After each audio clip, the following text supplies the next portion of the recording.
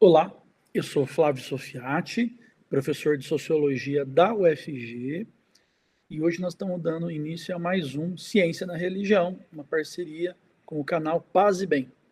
O tema de hoje é sobre os jovens e a religião das juventudes. E por que eu estou usando esse termo, religião das juventudes? Porque o que o campo tem mostrado é que as novas gerações têm ressignificado a forma de crença, têm ressignificado o seu modo de vivenciar a sua fé, a sua religiosidade. Há 5 elementos que explicam, do meu ponto de vista, o porquê dos jovens estarem hoje tão envolvidos em outras perspectivas de religião, para além daquilo que está institucionalizado hoje no campo religioso brasileiro. É importante entender que as mudanças no campo, que vão para além das próprias juventudes, elas refletem, né, nas novas gerações, e isso faz com que seja possível que esses jovens ressignifiquem suas práticas de fé. O primeiro elemento importante a ser considerado é que a gente vive hoje num contexto em que você não herda mais uma religião da família, e sim você tem opções, né, tem possibilidades de fazer escolhas. Evidentemente que nós vivemos num país que ainda é predominantemente cristão, então, em geral, essas escolhas são dentro do campo cristão, mas é cada vez mais visível, mais notável que as pessoas, mesmo a partir dessa matriz cristã, experimentem outras matrizes religiosas, compondo ou não com o próprio cristianismo. Então, esse é um elemento importante.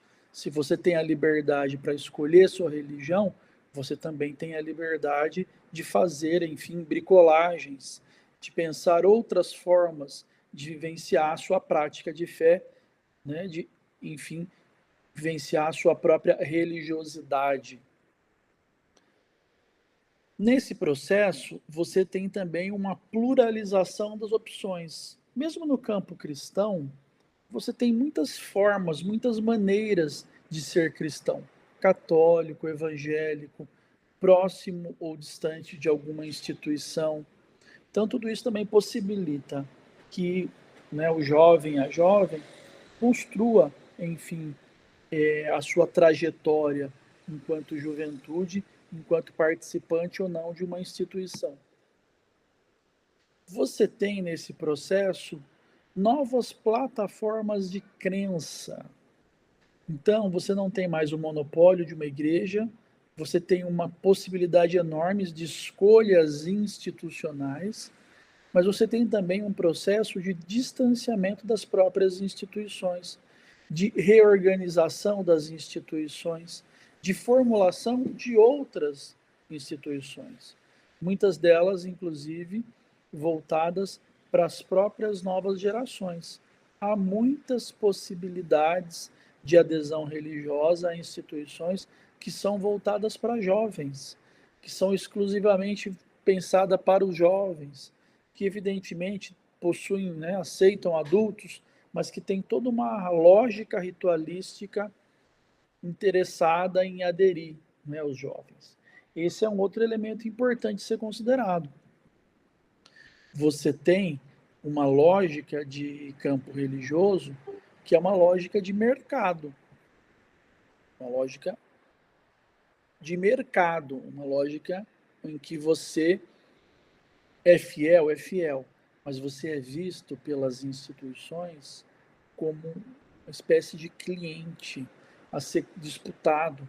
O mercado é competitivo, o mercado ele é plural, ele é difuso.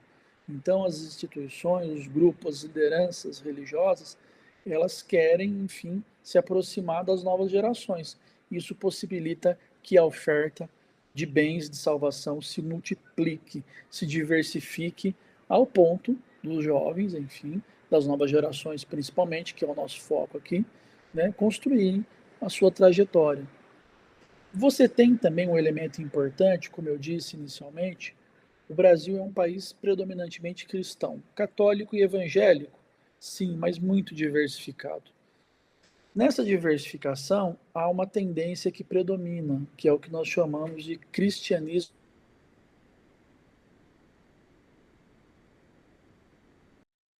cristão. O que é isso?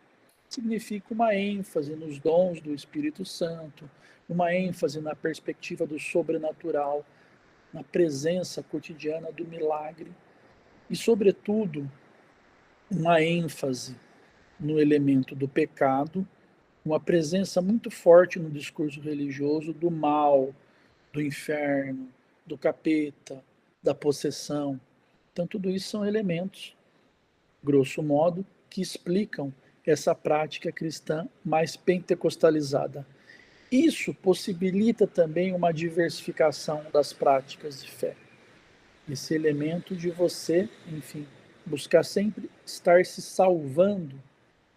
Então, isso cria uma lógica de presença de figuras carismáticas, lideranças religiosas carismáticas, que estão ou não vinculadas às instituições e que acabam aderindo também a essa prática pentecostal, gerando uma concorrência. Então, esse é o quinto elemento aqui para pensar hoje a religião das juventudes.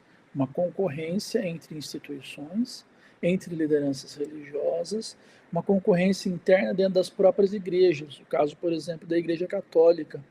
Você pode, sem ter que abrir mão do catolicismo, aderir, se converter, se reconverter a práticas religiosas completamente diferentes, né, no campo cristão católico somente.